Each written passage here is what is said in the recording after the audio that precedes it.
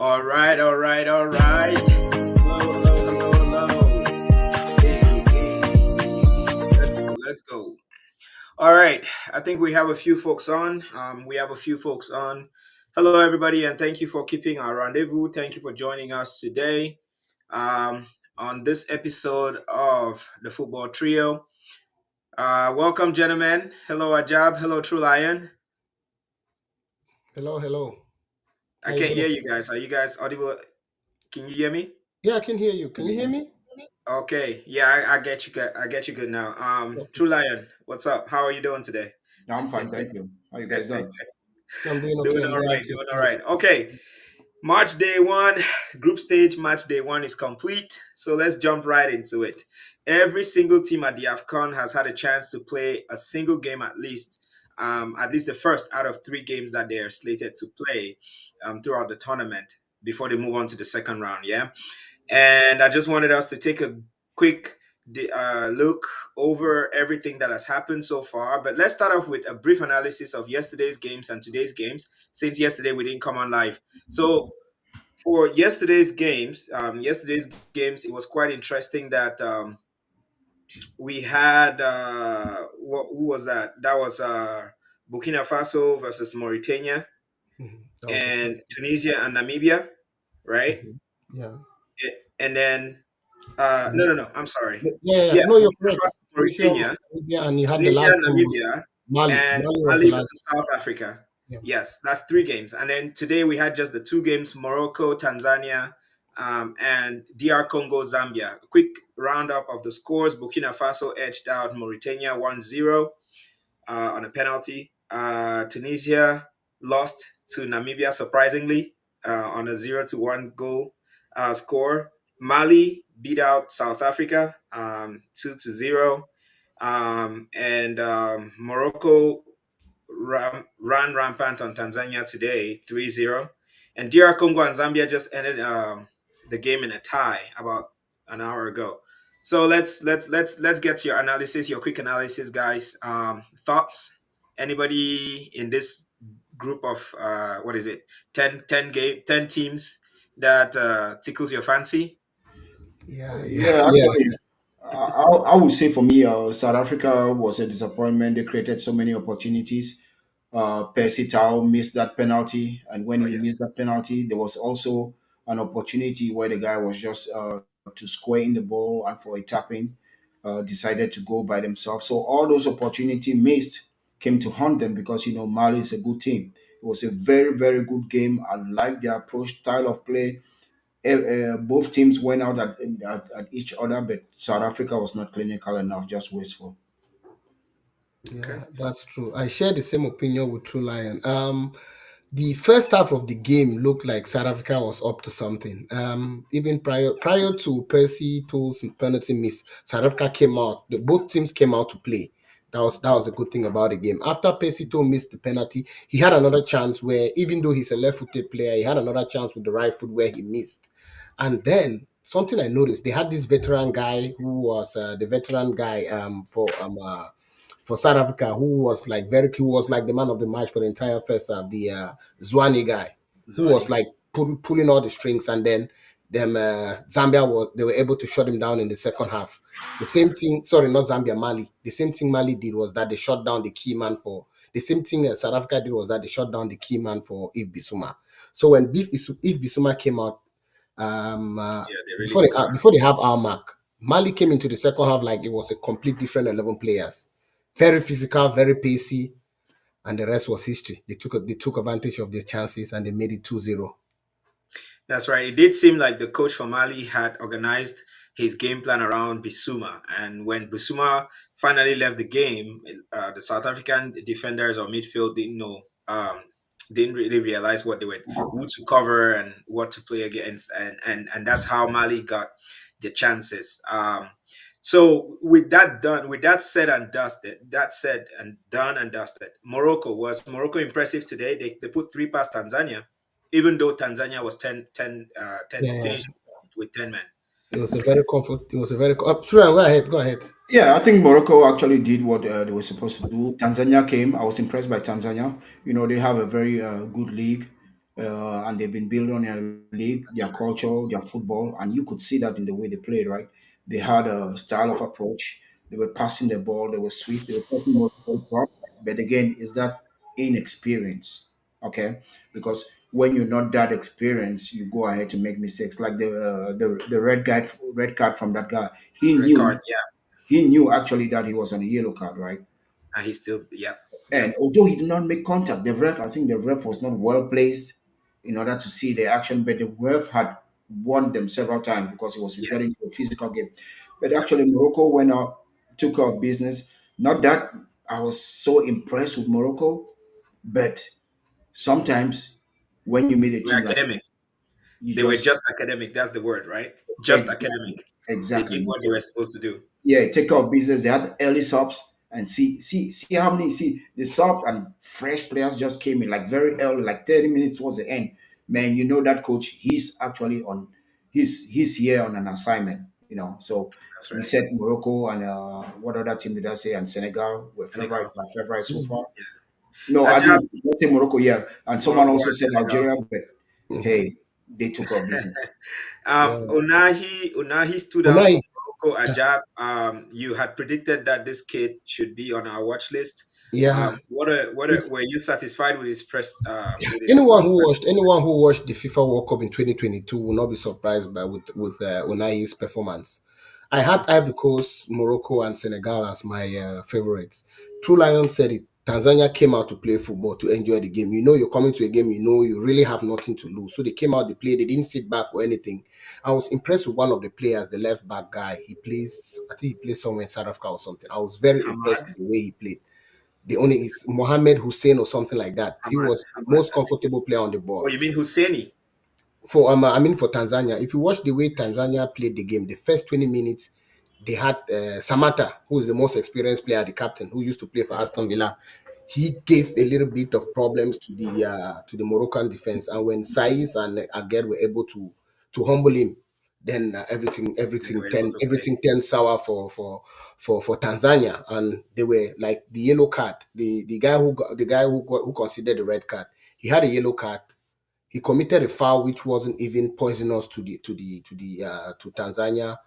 The area of Miroshi, the pitch where he committed that second foul the was second so yellow. unnecessary. He committed the foul for the second yellow card was so unnecessary. So those are some of the things where you know inexperience was the reason for such a foul. But Okay. Morocco, we've watched the first round. This was one of the last games for the first game for the first Game round of day one. the game of the Yeah, first game, game day one. and you can notice that there's been actually no small team per se. So Yeah. Morocco also came into the match knowing that there's no small team. Let's just go get business. And if you watch the way Regragri has been playing with Morocco, he's not the guy who will give you the scintillating style of play, pass. He's just down. He's just straight to the point, and that's how Morocco has been playing. And they took care of business, and now they All 3 points, 3 goals, no goal and conceded. that's it. So let's Interesting things that stood out on match day let's one. Interesting things. Thank you, Ajab, for that. Interesting things that stood out on match day one. There's no game that ended on a 0-0 draw, 0-0 tie. Mhm. Um, there has been a goal in at least in every single game this match day, which is quite impressive. Tells you Yeah, that the attacks and midfields are working. that's And one thing I noticed more, Tanzania was the only team throughout the tournament that has used the 3-4-3 formation. Everybody else has been using 4-2-3-1 or 4-3-3, which is so, quite funny to me. But it also Senegal helped plays with 3-4-3. 3-4-3. Well, Yeah, they I have mean the setup.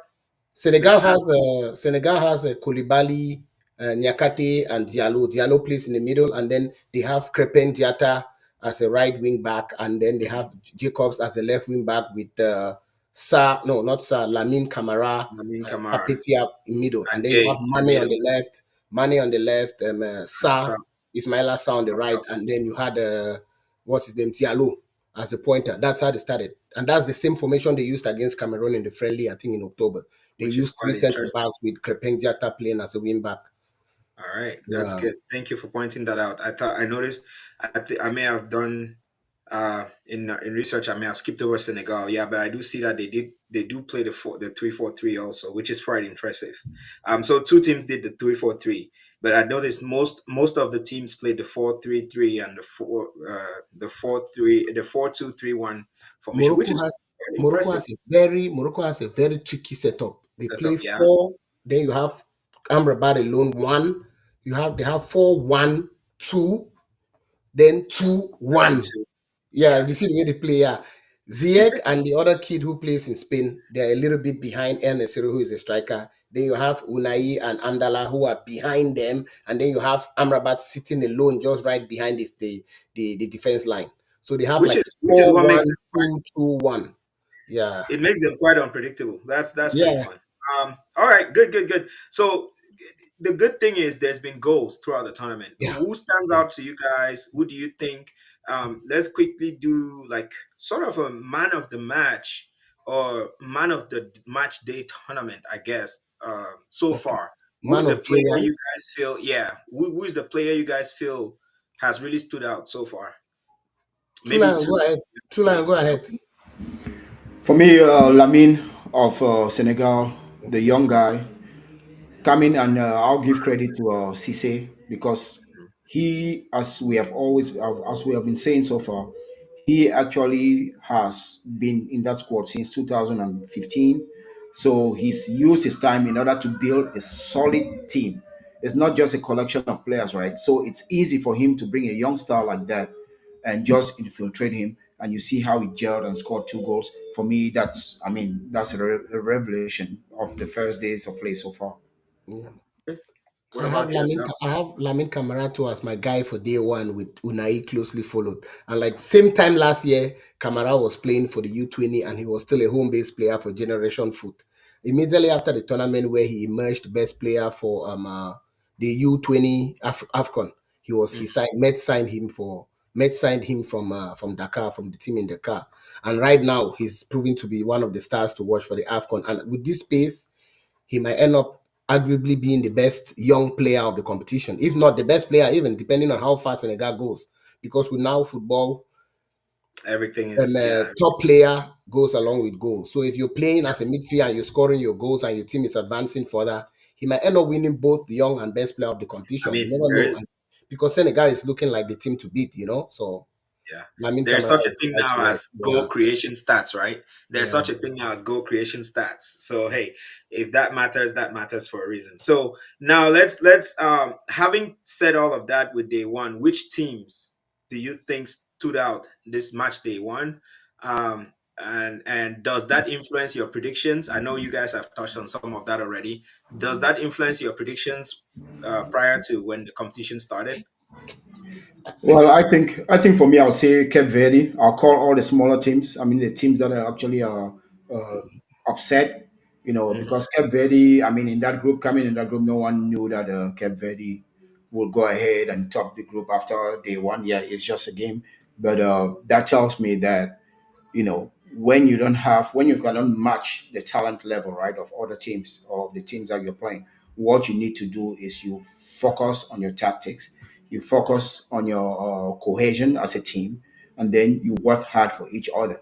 And we saw that work for them and work just fine. So for me, that's the team that's been, at least, there are other teams that have been impressive, but I like even the way Morocco came out and take care of business. Senegal did the same. Those are those teams are actually also making statements that they are here to actually see off or conquer this African Cup of Nations. So that's my take. What about you, Ajab? Um, yeah.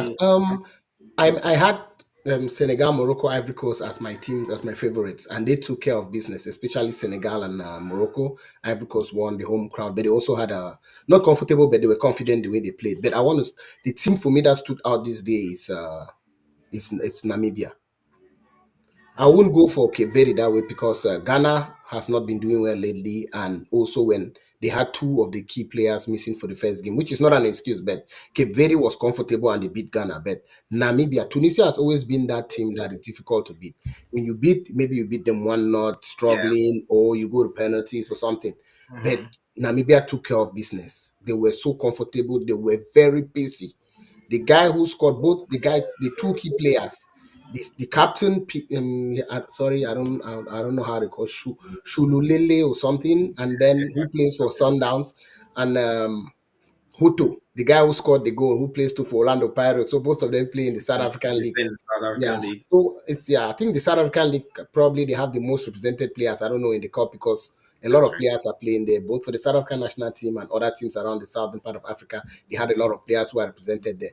So those two guys, in particular, and then the team in general, if you notice, they were very pacey. On the counter, they were difficult to stop. And then the defense line was also comfortable in humbling the Tunisian defense. So they didn't just sit back and defend and then win and then scored by count and then scored through a counter. They also came to play their game and they ended up winning the game. And the good thing about them is that the good thing about them is that they didn't score early and then panic defending.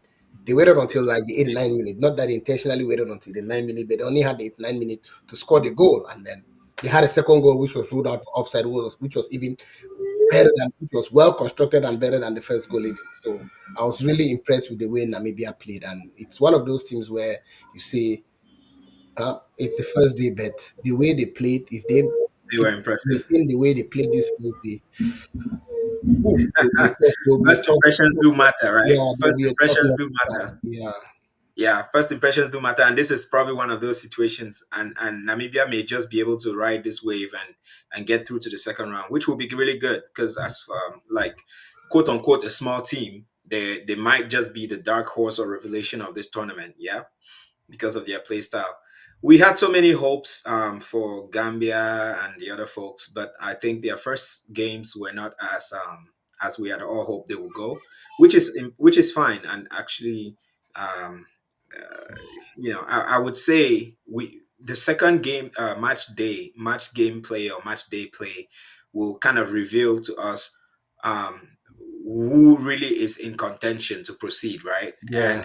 And Yeah. there's this adage of first come to the tournament, first to leave, first to arrive, first to leave. Mhm. Guinea-Bissau plays tomorrow against Equatorial Guinea. Do you guys think tomorrow Equatorial Guinea seals their fate for elimination? You think no? I think that game is probably gonna be. I think that game to me, my prediction would be a tie or Guinea-Bissau winning. That's my prediction. Well, Yeah. So I think Equatorial Guinea has gathered enough experience to go ahead and take our business. The way I saw them play in their first game and the way Guinea-Bissau played, Guinea-Bissau was actually they were one of the teams I did not actually admire. I think they were one of the poorest teams in this competition. Because they let South Africa just they were No, no, nervous. I Ivory mean, Coast. I'm sorry, Ivory Cote Coast. d'Ivoire, Ivory Coast. Cote They d'Ivoire. let Ivory Coast just maneuver them all over the place. They were nervous. So I think Guinea, they will actually, at most they get a draw, but I think they will lose Okay. tomorrow to Okay. Equatorial Guinea. All right. What about Nigeria and Ivory Coast? Do you think this is redemption time for Nigeria and they might actually just impress us tomorrow? I'm looking at the game. To me, that's another tie. Okay.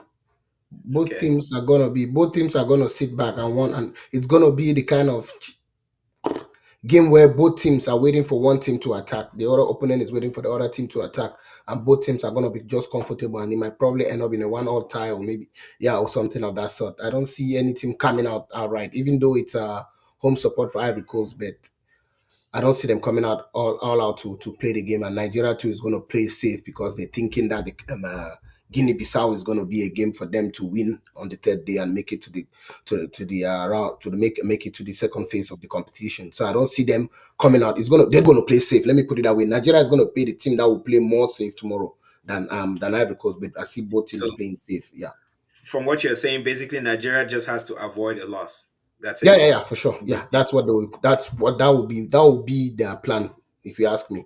That avoid a loss. Which Don't go sets out us up there. for a very defensive minded type of game where Yeah, it's going to be a team where both teams will be. It's going to be a game where both teams are Well, going to be very cautious. That's how I well, look. I don't agree for one reason, right? Even if Nigeria tries to be very cautious, they can defend. They don't know how to defend. Their powerhouse is actually up front. attacking. Yeah. They have a lot of, I mean, ammunition. And Nigeria, I was checking some of their news feeds and all that. They are under pressure.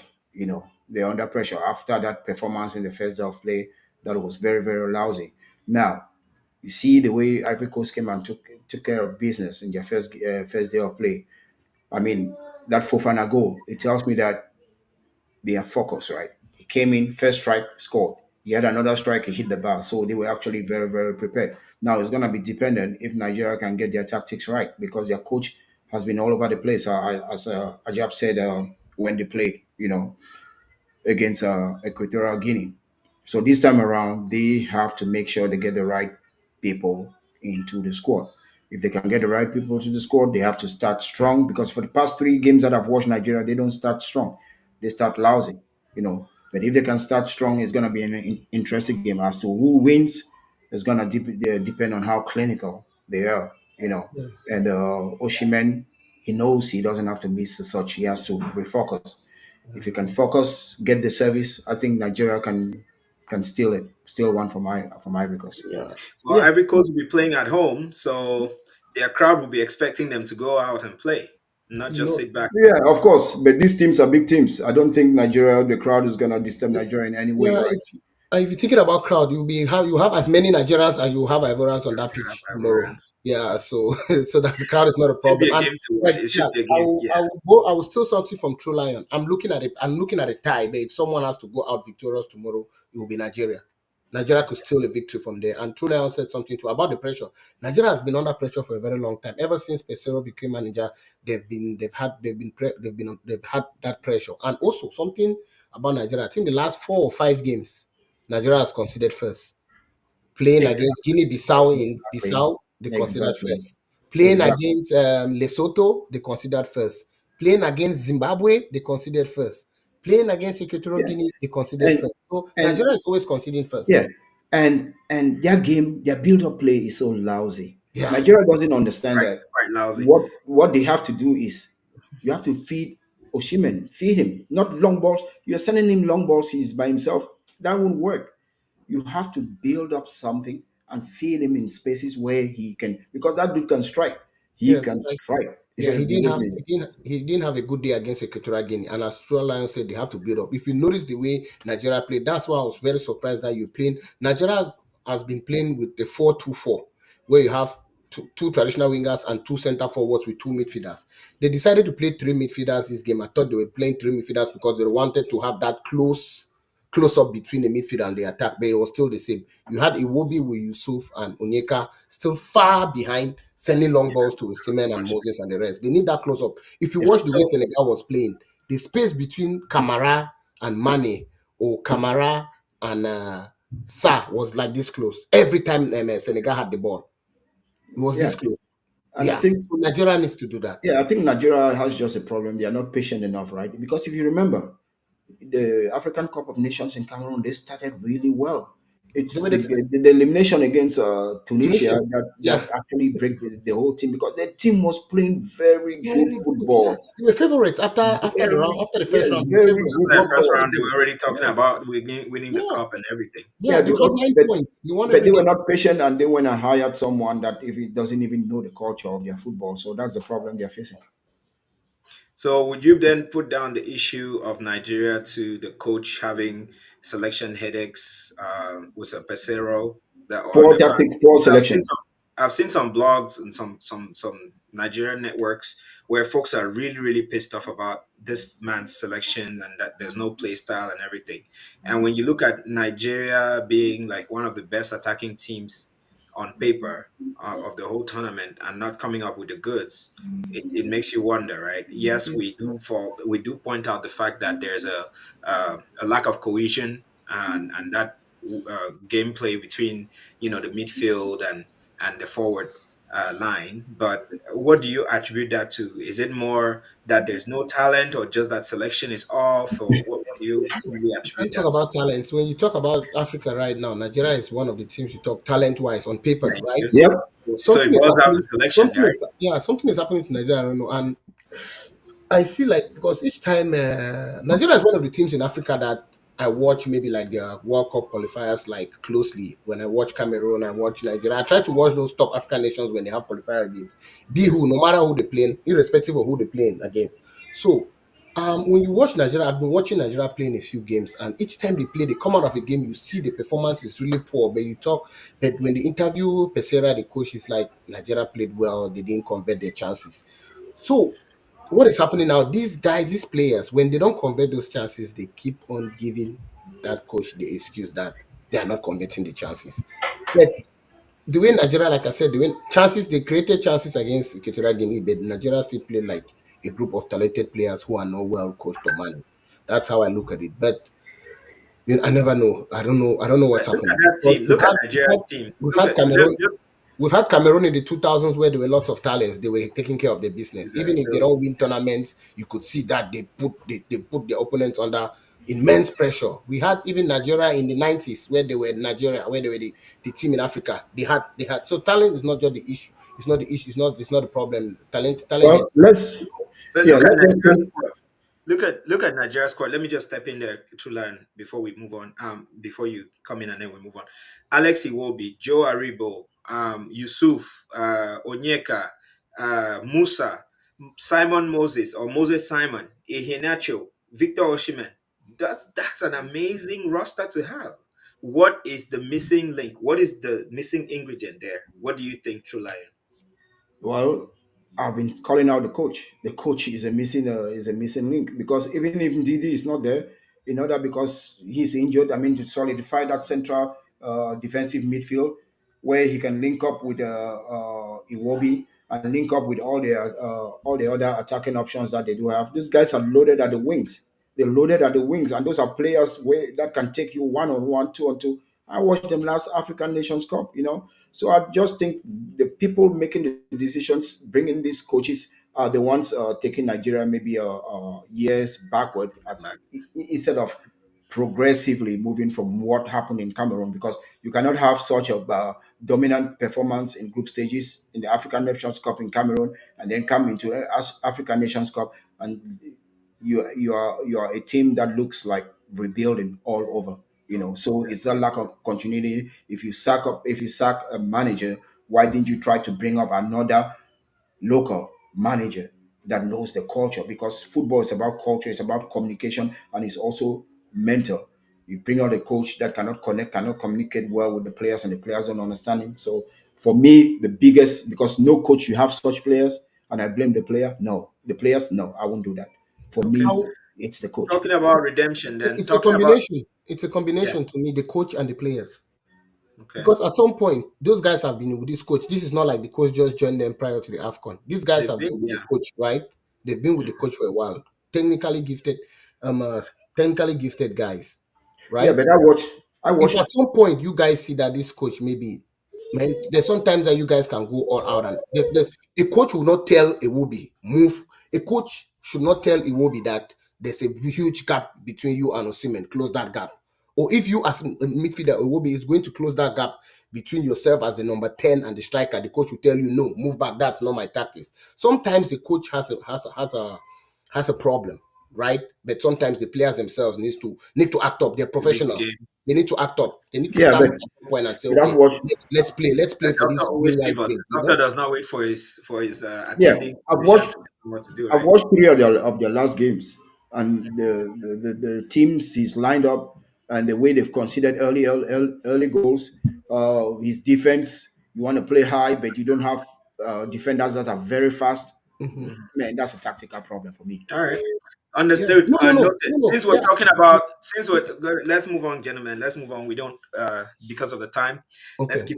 try as much as possible to keep the time. But I agree, and I appreciate you guys having so much to talk on the subject. But let's move on to another team that absolutely and badly, badly needs some type of redemption tomorrow. Unfortunately for them, they face a giant.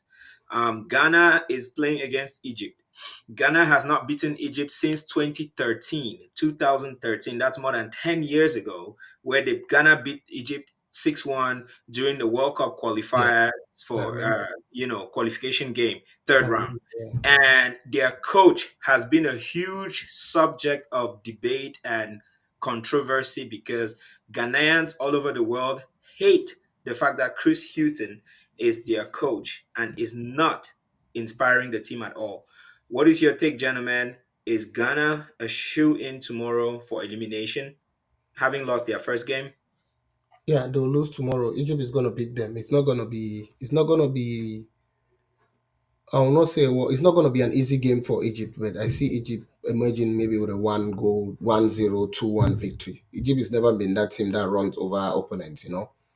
It's gonna be like a 2-1 or 1-0 game because Ghana, the team itself, I don't know. They look like they're demoralized. And then secondly, Chris Hughton too. Maybe he's not getting the best out of the players he has. So I look at Egypt maybe emerging victorious with 1 goal deficit. It could be one goal difference. Maybe it could be 1-0 or 2-1. That's how I look at it. Okay. What about you, True Lion? Yeah, I think Ghana's ever since I watched them play the United States of America here, that 4-0 whooping, and then they lost also to Mexico. I think Ghana has struggled to find their form, to find their way, especially with Partey not there. I don't know the status of Kudus because that's the magic, that's a magic guy and all that. But Ghana is a team that has been very very disappointing. And playing Egypt tomorrow, Egypt also is looking for that win. With that first draw that they got, it's gonna be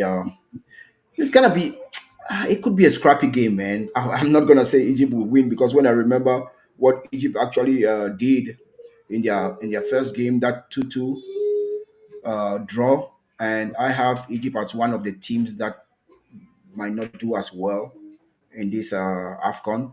They're still playing the what's his name? Is it the Egyptian who plays for Arsenal who hardly plays?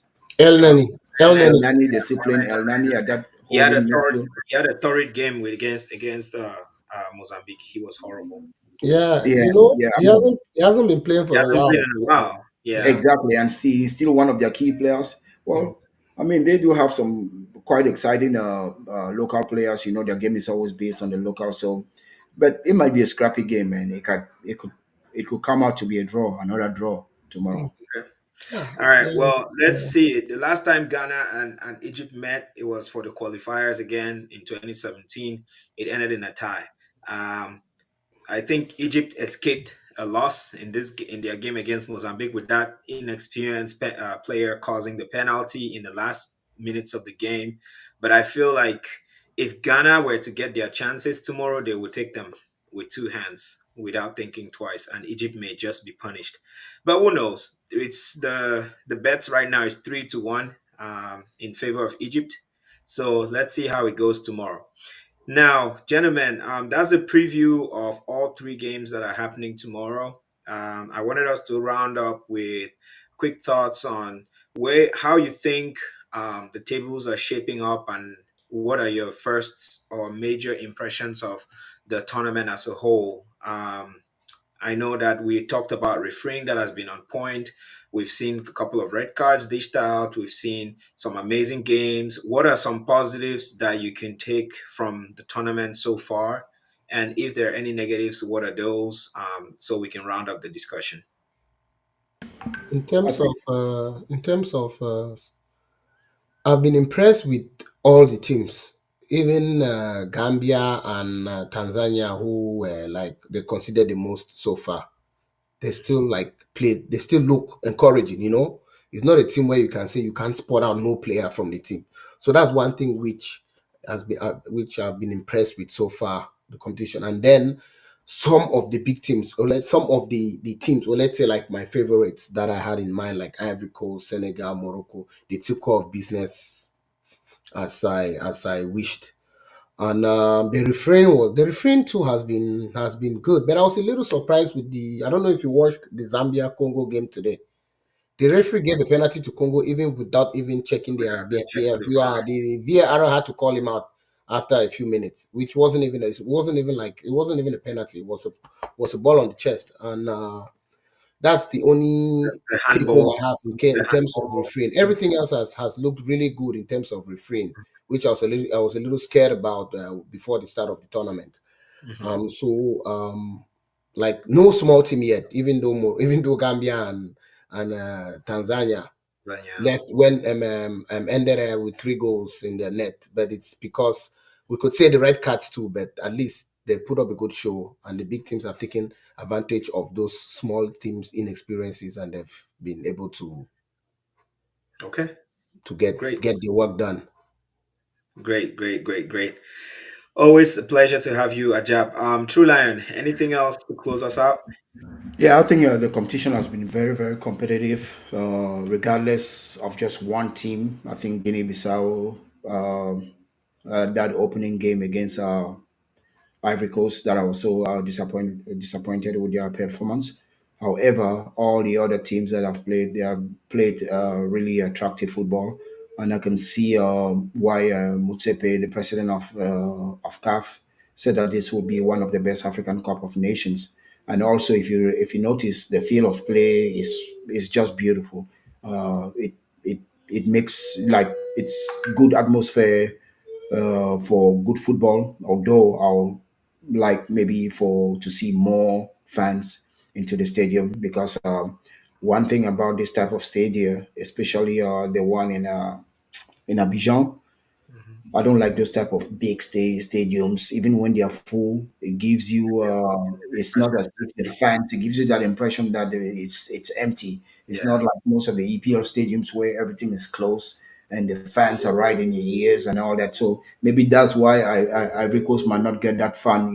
That it might not affect some of the big teams because the atmosphere is just different. I have not felt the crowd into this. It's as if Ivory Coast, Ivorians are not really, really into football. I don't think so because even back then in Cameroon, although some stadiums were actually empty, when Cameroon was playing, it was full, and you can really see how colorful the fans really are. So, but so far so good. It's been some good football on the pitch. And just one last thing, sorry, Nico. Sorry, Go just one for it. thing. Go for Yeah. it. I also want to it's from after day two we're gonna know if those first or day one performances were flukes or the guys actually came to play from some of those teams we call small teams. So I'm gonna watch out for the day two, the way they come out to know if it was just a fluke for day one or actually they meant what they were doing. So Which that's all I want to say. Are you talking about Cameroon there?